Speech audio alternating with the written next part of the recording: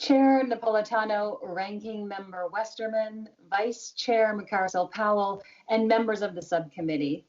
My name is Captain Elizabeth Jolin. I have owned and operated a fishing and environmental tour business in Isla Morada in the Florida Keys for the past 20 years. Thank you so much for your time today. When you next visit the Florida Keys and book a charter with me, we will have a magical day. We will fish. We will spot dolphins, herons, egrets, and pelicans.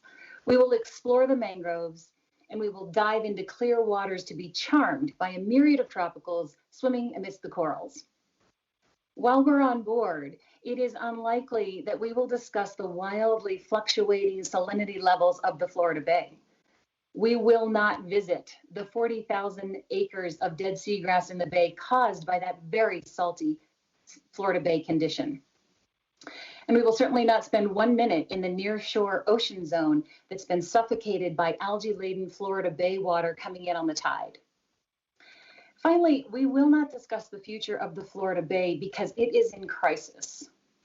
The Florida Bay receives a fraction of its historical water flow, causing it to be perpetually starved for fresh water.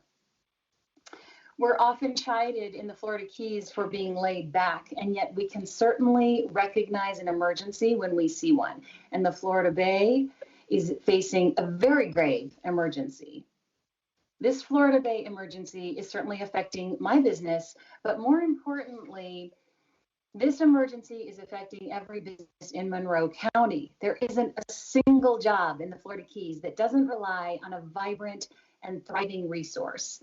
Teachers, policemen, restaurateurs, housekeepers, real estate agents, and yes, fishermen and women rely on a healthy Florida Bay.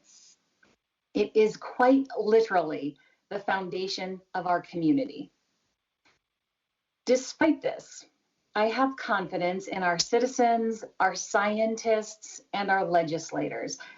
Today's gathering strikes me as an indication that we can all clearly understand and quite possibly agree on these points. One, Everglades restoration is not about preserving the Everglades as much as preserving the economy of South Florida. Two, we have to manage the puzzle of Everglades restoration historically. That is, we can't solve the problems of one estuary to the exclusion of others. Three, politics must be put aside if we're going to find success in restoration efforts. And finally, we're running out of time. SERP was designed 20 years ago, and as of today, only a fraction of those projects have been completed. I sincerely hope we can find common ground to attach urgency and priority to restoration efforts. And I thank you for your time today.